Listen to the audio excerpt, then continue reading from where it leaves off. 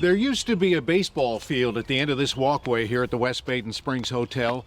It was inside a double-decker track. It used to attract some of the biggest baseball teams of the time for early spring training. The late 1800s through the early 1900s, this place was humming. In fact, the Chicago Cubs trained here in 1907 and 1908 when they won back-to-back World Series. But I want to take you to another time in our baseball history, when the Springs Valley was dominated by talk of baseball, as was much of the state of Indiana. Major League Baseball in Indiana, you say? Here's the story of the Limestone League, born out of another national crisis.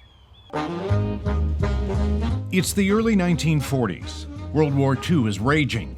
President Roosevelt decided the country needed America's pastime, baseball, more than ever for the public good.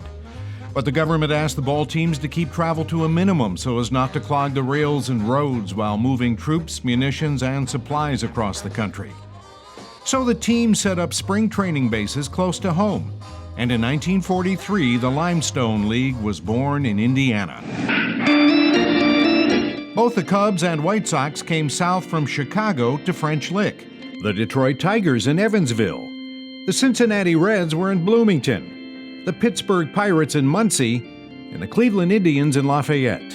Imagine the excitement in the Springs Valley with both the Cubs and the White Sox in French Lick. Remember, West Baden was a Jesuit seminary at the time. Depending on the weather and our all-too-common spring floods, workout space could be limited. Part of the French Lick Hotel's lower golf course was turned into a ball field, and the teams often bickered over who had first dibs, which led to the posting of this sign by the Cubs. That spring training could also be suddenly cut quite short, as in the case of White Sox standout second baseman Don Callaway. Coming off a big season in '42, Uncle Sam came calling in the spring of '43. Callaway went from French Lick to the U.S. Army, where he would participate in the D-Day assault on Omaha Beach and earn a Bronze Star for heroism. Callaway's story was not that unusual for the time. At war's end, he returned to his old job at second base for the Sox. And by 1946, baseball went back to normal, leaving Indiana's Limestone League and French Lick to occupy a fascinating 3-year span in hardball lore.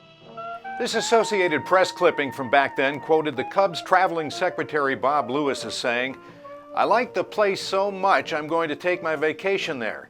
The hotel's so big the boys can get in shape by walking from the cigar stand to their rooms." Now, we should point out that the Cubs won the National League pennant after training here in '45. The last time that happened until 2016.